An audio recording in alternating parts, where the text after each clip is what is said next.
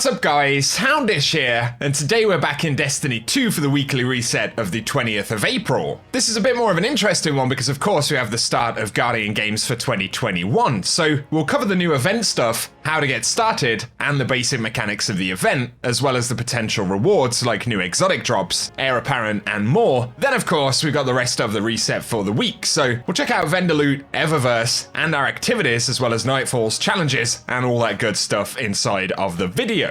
As always, I hope you guys find this one useful, and feel free to get subscribed for more if you do, but otherwise, let's get into it. As we get into the game right here, we can see immediately that Guardian Games 2021 has kicked off, and we've got those lovely overlays. And we've got a milestone to speak with Zavala in the tower. There isn't a notification on Zavala, but we can see he's got some cool dialogue when we go speak to him. And then he offers us a selection of class items with different energy types, and of course it's dependent on the class we're currently using. And from there, Eva Levante will offer us the medal case, which displays proof of our impressive exploits during the Guardian Games. And we can see that records the amount of laurels and the different medals that we unlock during the event.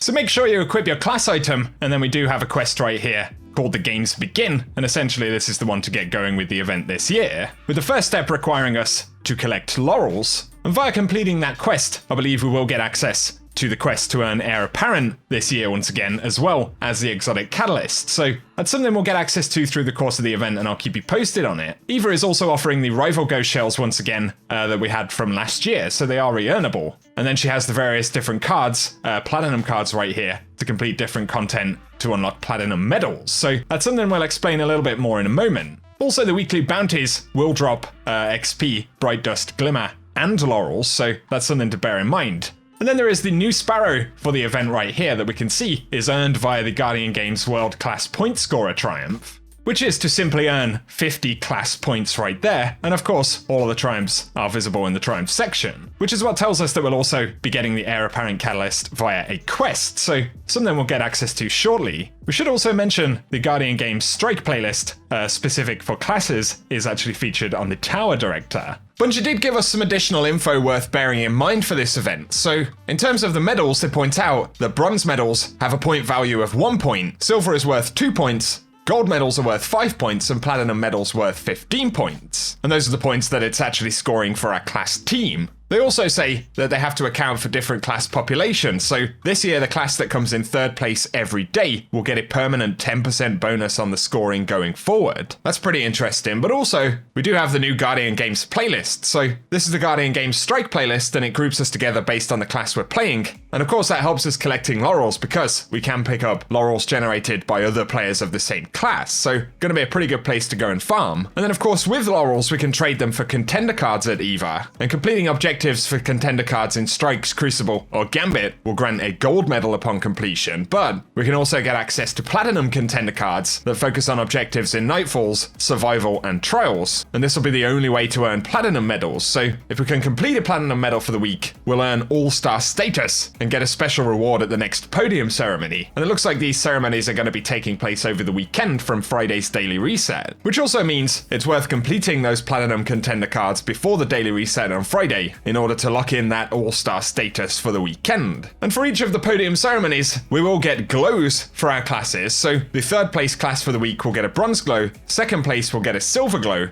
first place receives gold, and then all-stars will get a platinum glow regardless of class that they're playing on. So if you want that super swanky glow, it's definitely worth completing those platinum contender cards. And so as always, have fun with Guardian Games this year. If there are any additional bits of info to keep you posted on, as always, you can expect them right here on the channel. For the Eververse Store this week, as always though, we've got a bunch of items for the event, stuff that you can grab for silver, and that does include the new ornament for heir apparent, so it is a pretty cool looking one right there. But on the front page's Bright Dust section, we've got the Up for Grabs shader for the event, a pretty curious one, maybe something to grab.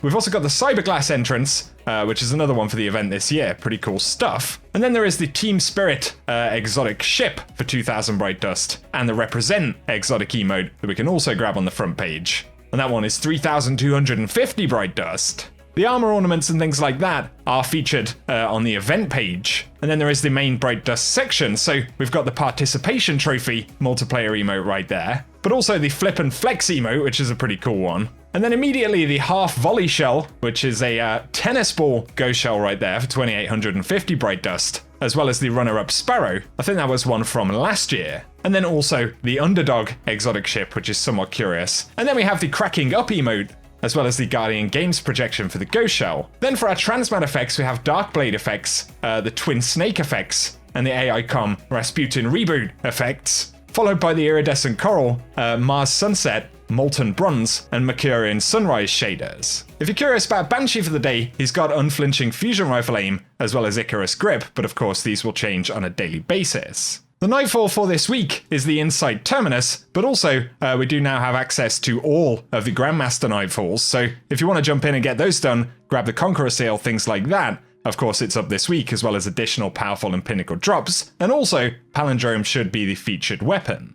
Legend and Master Lost sectors for today are firstly K1 Revelation at 1330 dropping exotic chest armor, and the other one being Concealed Void at 1300 dropping exotic helmets. The Exo challenge for this week though is Simulation Agility, and then in the Eclipse Zone we've got Asterion Abyss, but also the Warrior for the featured Empire Hunt. And this week's Deepstone Crypt challenge is of all trades, so of course, opportunities at additional pinnacle drops. But finally, for the Dreaming City, the Ascendant challenge this week is the Sumerian Garrison, which is accessed via the Chamber of Starlight in Rhea Silvia. So if you want the location for that one, if you're still completing any of the Forsaken content, I'll run the gameplay for how to find it right here at the end of the video. But for today, guys, that's everything we have to round up here on the channel. So I'll keep you posted with important stuff for the event and of course, the rest of Destiny 2. And if you've enjoyed the video, a rating down below really does help us out, but also feel free to get subscribed to the channel and let us know down in the comment section whether you're going to be jumping into the game this week. But otherwise for today, thanks as always for tuning in, and I'll catch you all